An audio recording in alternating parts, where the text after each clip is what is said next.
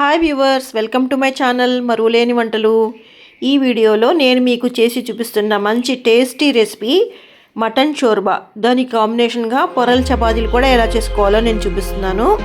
ఇది చపాతీలో చాలా బాగుంటుంది.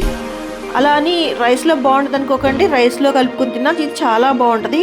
తాగడానికైతే ఇంకా చాలా టేస్టీగా ఉంటుంది. ఇది ఊరికి ఇలా తాగేయచ్చు అనమాట ఈ షోర్బా చేసుకుంటే. దీనికోసం అన్నిటికన్నా ముందుగా మటన్ని మ్యారినేట్ చేసుకుంటాను అనమాట. నేను ఇక్కడ 350 గ్రామ్స్ ఆఫ్ మటన్ తీసుకున్నాను. ఒక 2 స్పూన్స్ అంతా అల్లం వెల్లుల్లి పేస్ట్ తీసుకున్నాను.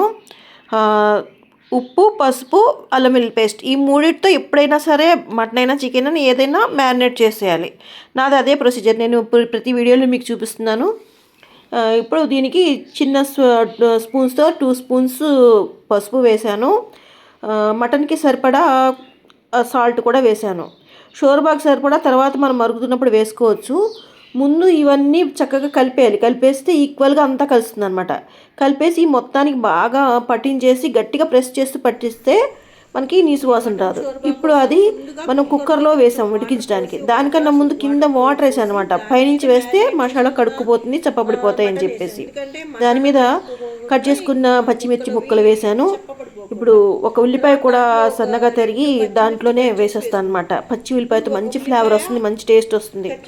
అలా వేసి అది మొత్తం కలపకుండానే మనం విజిల్స్కి పెట్టేస్తాం అనమాట. ఒక 5-6 విజిల్స్ తర్వాత తీసి చూస్తున్నాను, చెక్ చేస్తున్నాను. చూసారా, ఇలా మనం ప్రెస్ చేసి చూస్తే ఇలా విడిపోతే అయిపోయినట్లే. ఇప్పుడు దీంట్లో కమ్మటి మసాలా ఏదైనా వేసి మరిగించాలి వాటర్ వేసి. దీనికి నేను వేయించుకున్న పల్లీలు, కొబ్బరి కలిపిన పేస్ట్ వేసుకుంటున్నాను. ఏదైనా వేసుకోవచ్చు మనం, గసగసాలు, కొబ్బరి కానీ, కాజు కొబ్బరి కానీ, లేకపోతే కాజు బాదం కానీ ఎలా అయినా వేసుకోవచ్చు. ఏదైనా కొంచెం పడాలి, దాంట్లో పడితే కమ్మగా ఉంటుందన్నమాట. నేనైతే అసలు ఎప్పుడు కారం వేయను ఈ షోర్బాల్లోకి. అది తలకాయ మాంసం అయినా, పాయ అయినా, మటన్ అయినా ఏదైనా ఇలా తాగడానికి బాగుంటుంది, చాలా కమ్మగా ఉంటుంది అనమాట. దాని కమ్మదనమే పోద్ది కారం వేసారంటే. అసలు షోర్బా అంటేనే తాగేది అని అర్థం, తాగడానికి వీలైంది అని అర్థం. షరాబ్ అంటారు, షరాబీ అంటారు తాగే వాళ్ళని, షర్బత్ అంటారు డ్రింక్స్ని, పానకాలని, అలా అనమాట. ఇది తాగడానికి చాలా బాగుంటుంది కాబట్టి షోర్బా అన్న పేరు వచ్చిందనమాట దీనికి. అందుకే కొంచెం వాటర్ ఎక్కువ వేసి ఇలా పలుచగా చేసుకుంటాం. ఇప్పుడు ఇది బాగా మరగాలి. చూసారా, ఇలాగా మరిగినప్పుడు కొంచెం కొత్తిమీర వేసుకుంటాం మంచి స్మెల్ టేస్ట్ కోసం. దాని తర్వాత తాలింపు వేసుకోవడానికి ఇప్పుడు అన్నిటికన్నా ముందు ప్యాన్ పెట్టి అన్నిటికన్నా ముందు నేను ఉల్లిపాయలు వేసాను. ఆ ఉల్లిపాయలు కొంచెం ఎర్రగా వేగితే బాగుంటాయి. దాని తర్వాత పచ్చిమిర్చి వేసాను. మా ఇంటి ఫ్రెష్ బిర్యానీ ఆకులు కొంచెం కట్ చేసి వేస్తాను అనమాట, మంచి స్మెల్ ఉంటుందని. అవి కూడా వేగిన తర్వాత కొత్తిమీర కూడా వేస్తున్నాను. కొత్తిమీర కూడా కొంచెం వేగిన తర్వాత అల్లం వెల్లుల్లి పేస్ట్, కొంచెం లవంగాల పొడి, దాల్చిన చెక్క పొడి, యాలకుల పొడి, ఈ 3 వేస్తున్నాను. అలా కాకుండా అల్లం వెల్లుల్లితో పాటు ఇవన్నీ కలిపి చేసేసుకున్న పేస్ట్ ఉన్నా అదైనా వేసేచ్చు, అదొక్కటే వేయచ్చు. ఇప్పుడు ఉట్టి అల్లం వెల్లుల్లి పేస్ట్ వేసాను కాబట్టి ఈ 3 వేరువేరుగా వేసాను అనమాట. దీంతోపాటు పలావ్ మసాలా అలాంటివి ఏమన్నా, బిర్యానీ మసాలా పౌడర్ ఉన్నా 1 స్పూన్ వేసుకోవచ్చు. ఇప్పుడు తిరగమూత దాంట్లో వేసేస్తున్నాను అనమాట. ఇది వేసేసిన తర్వాత కొంచెం అందులో వాటర్ వేసి కుక్కర్లో అది కూడా ఇలా కడిగి ఇలా ఇందులోనే వేసేస్తాం. మళ్ళీ వేసిన తర్వాత ఈ పచ్చివాసన పోయే వరకు, ఈ మంచి గుమగుమలాడే స్మెల్ ఉంటుంది దీంట్లో, ఇదంతా మటన్ కూడా ఎక్కే వరకు గరం మసాలాది 1 నిమిషం కానీ 1 నిమిషం కానీ అలా మళ్ళీ కాసేపు స్టవ్ ఆన్లోనే ఉంచి, తర్వాత ఇంకా కావాలంటే మనం కొత్తిమీర మళ్ళీ వేసుకోవచ్చు. అప్పుడు మనం స్టవ్ ఆఫ్ చేసేస్తాం. అప్పుడు సర్వ్ చేసుకోవడానికి రెడీ అయిపోతుంది. ఇప్పుడు నేను చపాతీలు కూడా చూపిస్తాను కదా. 5-6 చపాతీలు కానీ 4 చపాతీలు కానీ ఎన్నైనా మనం ఎంత పిండి ముద్ద తీసుకుంటే దాన్ని బట్టి మనం చేసుకోవచ్చు. పెద్దగా ఇలా ఒకేసారి ఒత్తేసి దానికి ఆయిల్ రాసేయాలి, మొత్తానికి ఆయిల్ రాసేయాలన్నమాట. రాసేసిన తర్వాత మనం ఫోల్డింగ్స్ వేసేయాలి. మొత్తం ఫోల్డింగ్స్ వేసేసి దాన్ని కట్ చేసుకోవాలి. ఇప్పుడు చూసారా, నేను 4 చేసుకుంటున్నాను, అందుకే 4కి సరిపడా పిండి తీసుకున్నాను అనమాట.